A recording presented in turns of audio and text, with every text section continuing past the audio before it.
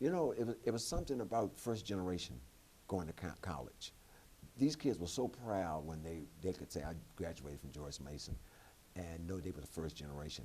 And their parents came to the graduations, and it was just mind blowing to be part of that. You know, it was a sense of accomplishment for a lot of students who came here not knowing whether or not they was going to stay or how they felt about the place, and left here feeling that they were outstanding.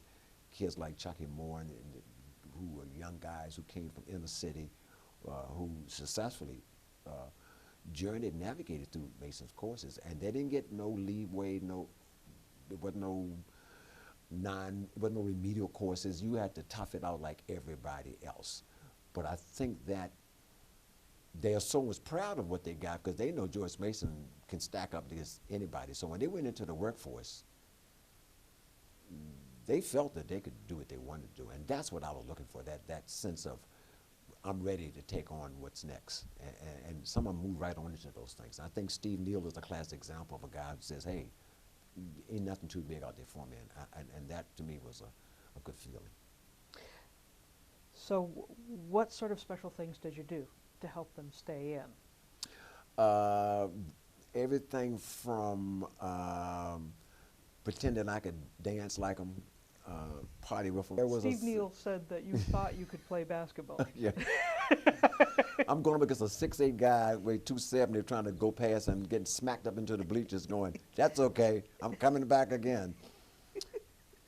So they literally would always say, well, come on, Miss Evans, come participate in this and do something.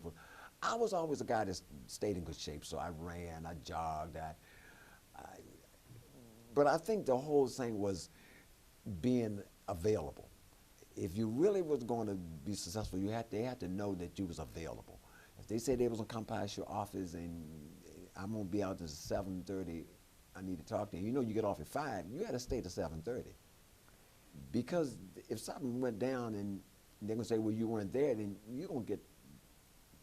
Well, I just thought it wasn't a 9-to-5 job. It's more about being able to be there. And I always felt that I was a good listener. I always thought a counselor had to be a good listener, because you don't have to have all the answers for things. Sometimes students came to me, they just wanted to vent. Let them vent. After they vent, now we can problem solve.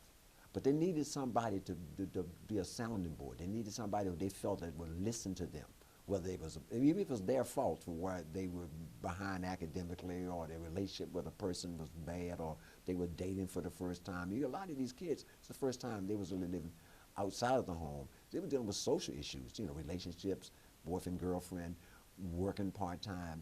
And sometimes it got to be too much.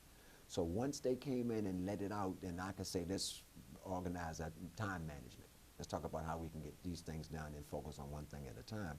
But I knew that that was an important part of the task, was being that extra ear, because it wasn't, I was the only counselor, black counselor on this campus. That meant a lot, you know, when you know you're the only person that's there, and if you leave and then they don't, and not that they didn't talk to some of the white counselors, because I would never let them not talk to the white counselors. I would say I wouldn't, then go over and talk to, and they would do that, and it was good. But you sometimes would be the first person that they was going to talk to, and sometimes they won't talk to nobody but me, and that was okay too.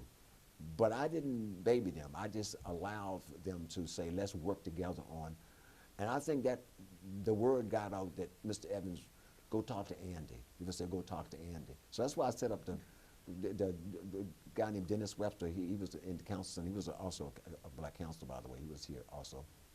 But he set up this, we've set up, like I said, this cell of where we had peer counseling. Because I needed more ears and eyes, and that's the only way we was going to get through it. So I felt that sometimes I leave it at 9 or 10 o'clock at night,